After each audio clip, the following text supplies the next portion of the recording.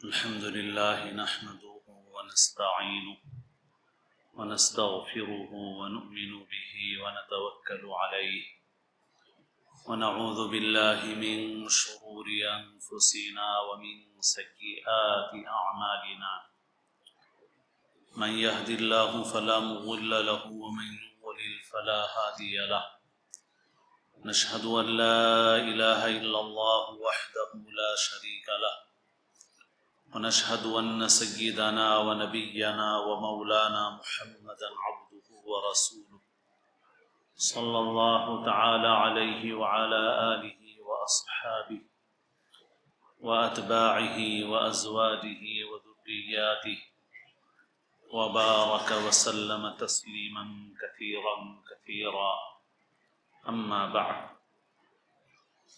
قابل احترام بزرگوں، عزیز دوستوں اور ساتھیوں،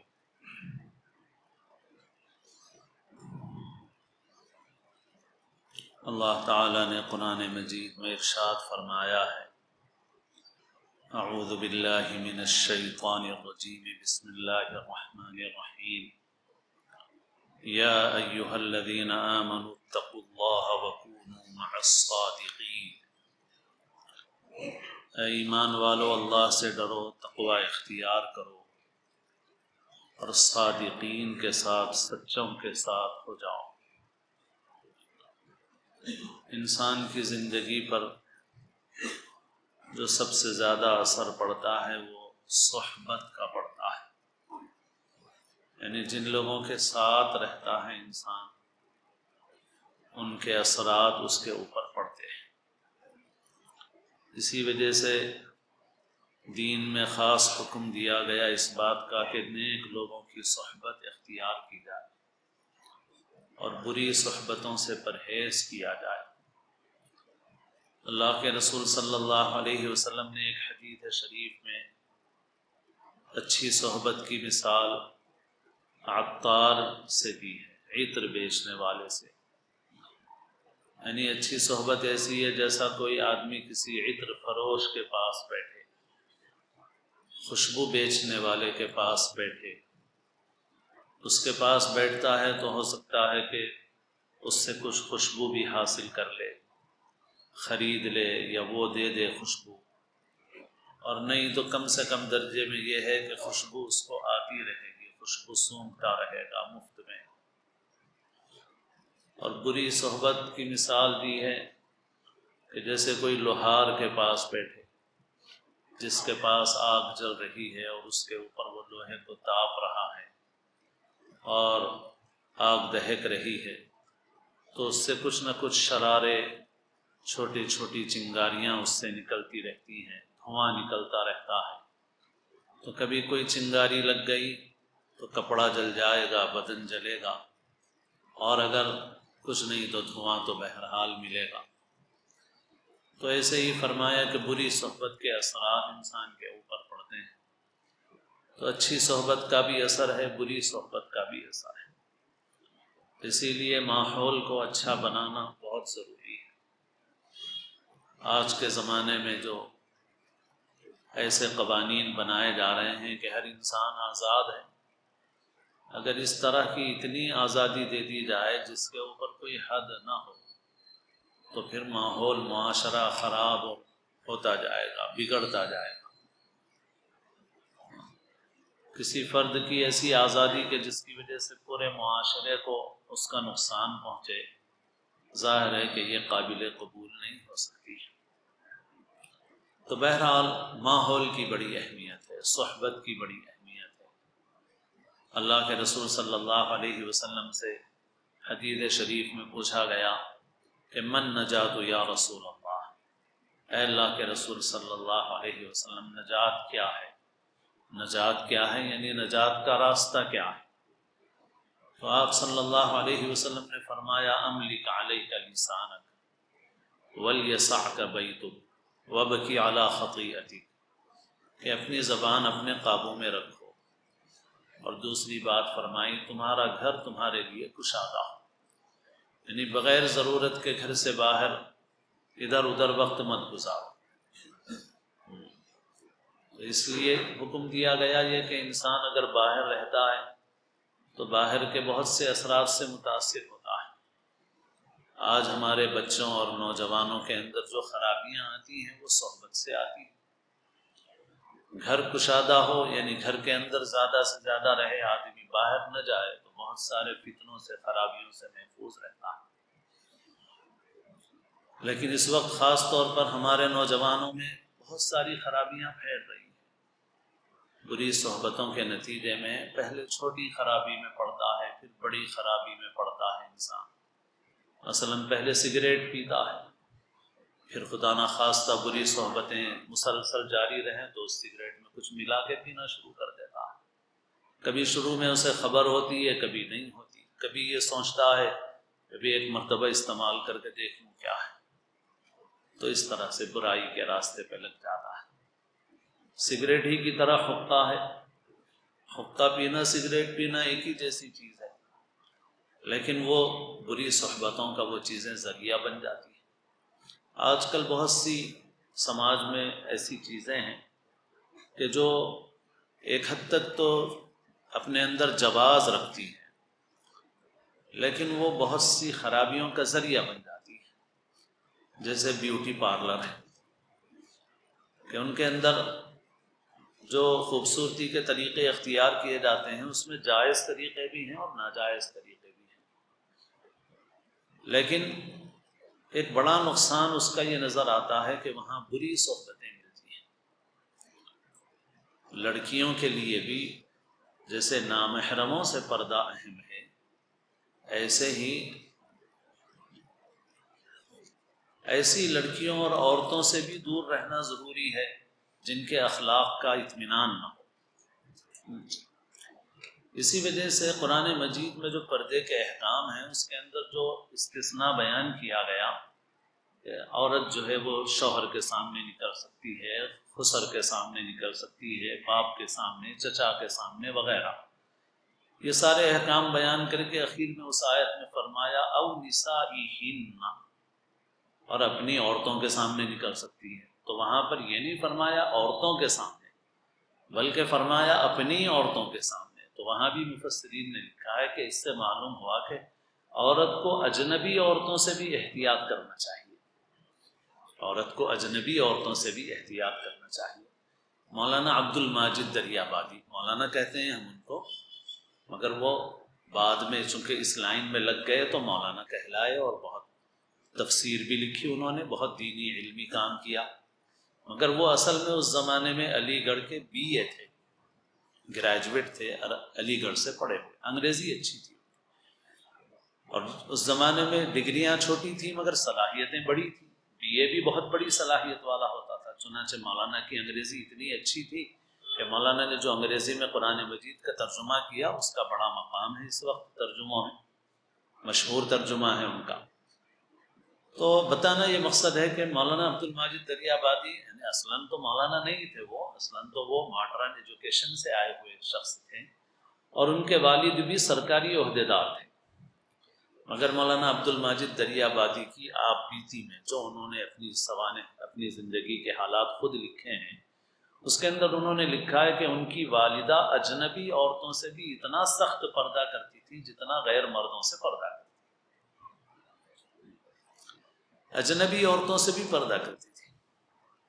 اور اس میں جو لکھا ہوا ہے ہم لوگوں کے لیے بھی تھوڑا تعجب کا باعث ہو جاتا ہے کہ آخر اتنا کیسا اہتمام رہتا ہوگا، مگر مولانا نے تحریر فرمایا کہ بالکل اجنبی عورتوں کے سامنے نکلتی ہی نہیں تھی، اتنی سختی سے پردہ جیسا کہ غیر مردوں سے پردہ ہوتا ہے۔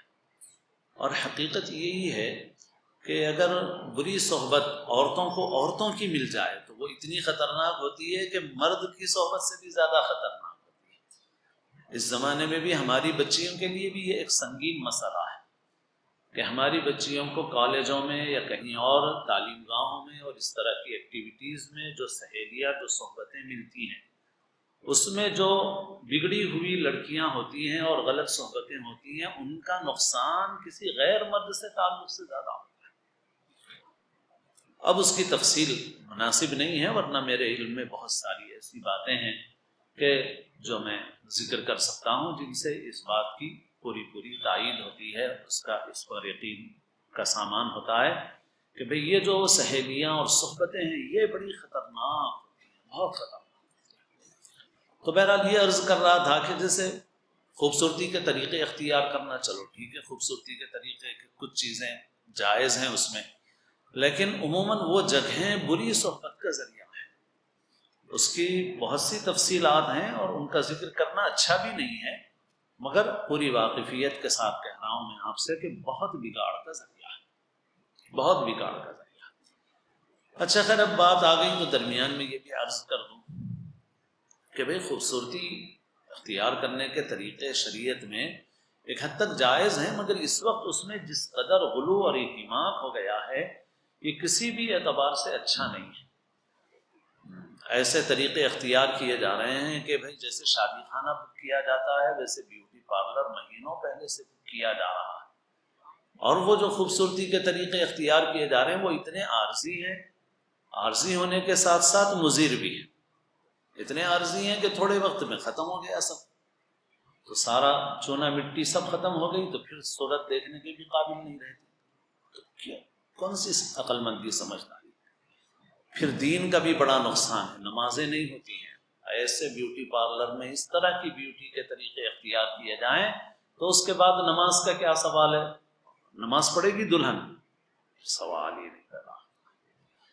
اور یہ بات اس سے پہلے کئی بار عرض کر چکا ہوں کہ بھائی کیا شادی کے دن نماز معاف ہو جاتی ہے؟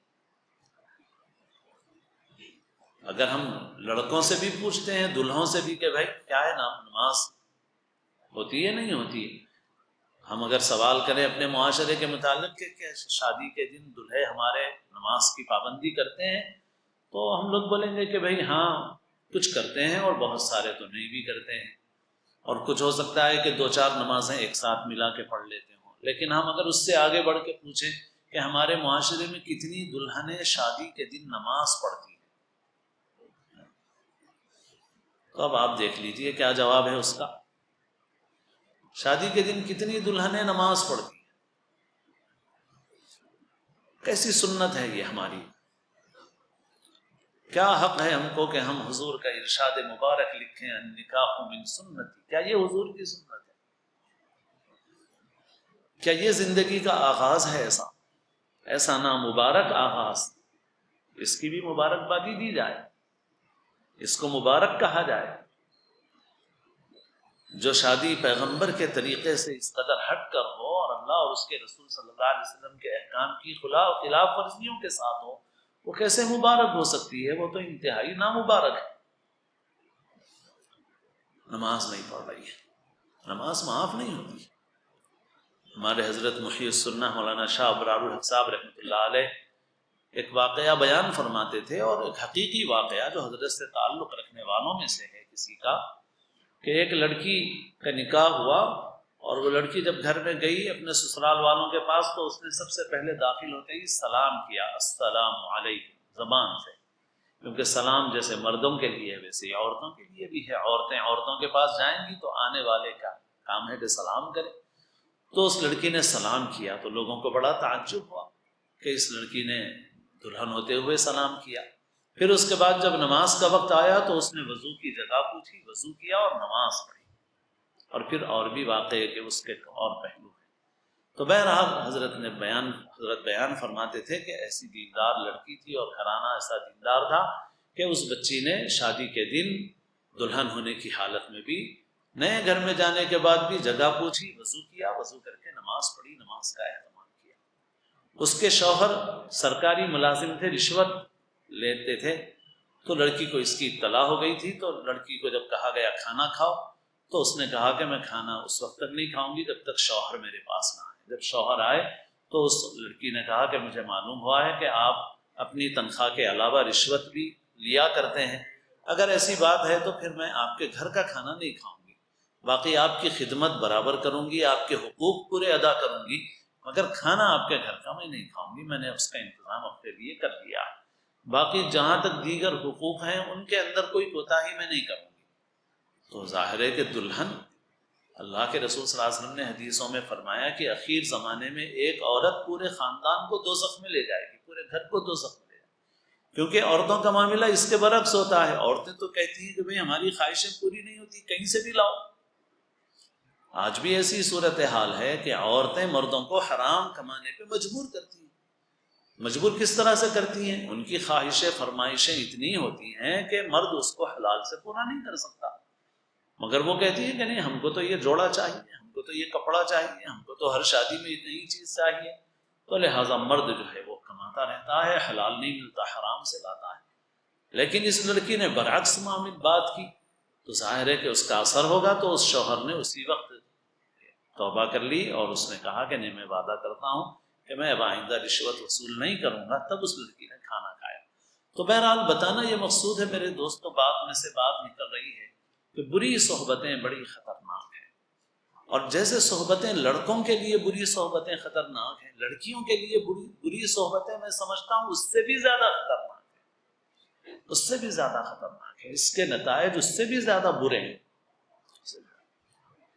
اور قرآن مجید کی اس آیت سے معلوم ہوتا ہے کہ اجنبی عورتوں سے پردہ رکھنا چاہیے. ایک درجے کا پردہ ہے. جس عورت کے اخلاق، کردار، ان چیزوں کا علم نہیں ہے، ان کے ساتھ رہنا یہ عورتوں کو خراب کر سکتا ہے، بچیوں کو خراب کر سکتا ہے. اب ہمارے بچے بھی جا رہے ہیں، بری صحبتوں میں پڑ رہے ہیں. بڑھتی جا رہی ہے صورتحال ہمارے معاشرے کی.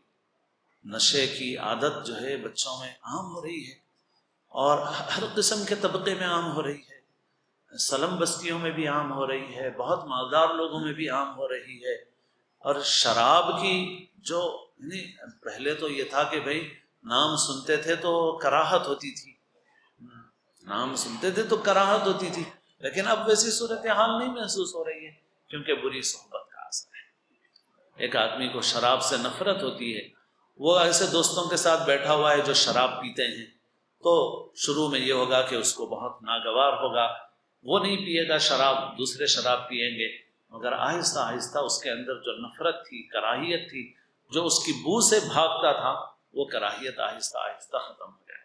اس طرح رفتہ رفتہ انسان گناہ کے راستے پر چل پڑتا ہے. تو ہمارے بچے باہر پھر رہے ہیں بہت، اور صحبتوں میں مبتلا ہو رہے ہیں، اور ان بچوں کو ان صحبتوں سے بچانا ضروری ہے. اب اس کے لیے اور گھروں کا ماحول بھی صحیح کرنا ضروری ہے.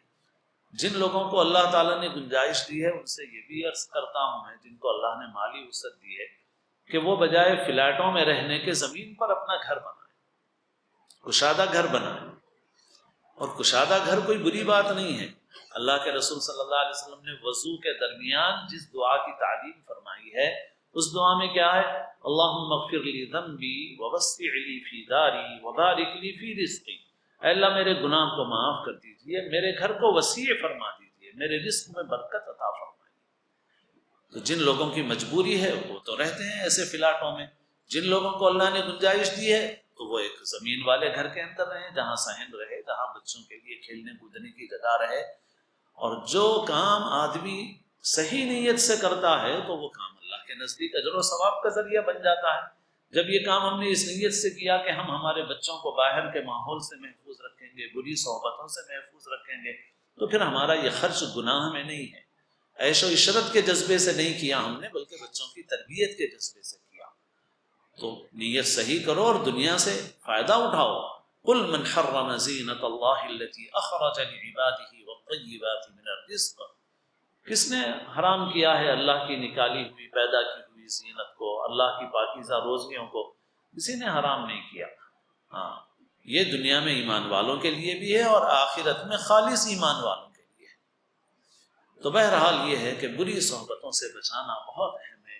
اور اس وقت خاص طور پر ہمارے لڑکوں لڑکیوں کے جو حالات سامنے آ رہے ہیں وہ بہت ہی توجہ کے متقاضی ہیں، توجہ کا تقاضا کرتے ہیں. غفلت ہمارے لیے صحیح اور مناسب نہیں ہے.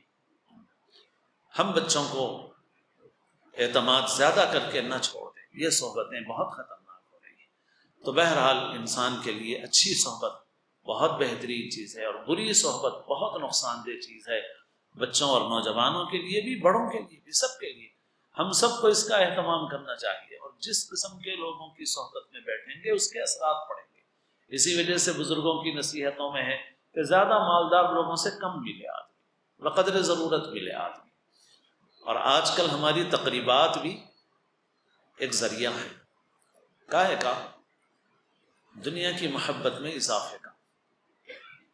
جو ہماری تقریبات کی شان و شوکت ہے یہ دنیا کی محبت میں اضافہ کرتی ہے، اس سے دل میں جذبات پیدا ہوتے ہیں اور کمانے کے اور حاصل کرنے کے، جس کو قرآن مجید نے یوں کہا الہاکم التکاثر حتی زرتم المقابر، ایک دوسرے سے آگے بڑھنے کی ہرس نے غفلت میں ڈالے رکھا یہاں تک کہ قبر میں پہنچ گئے، اس سے آگے بڑھ جاؤں، اس سے آگے بڑھ جاؤں، اس سے آگے بڑھ جاؤں، اس سے آگے بڑھ جاؤں، بس اسی حساب میں 2 سے 4 کرو، 4 سے 8 کرو اور بڑھاتے جاؤ، مل رہا ہے مگر دل بھرتا ہی نہیں ہے۔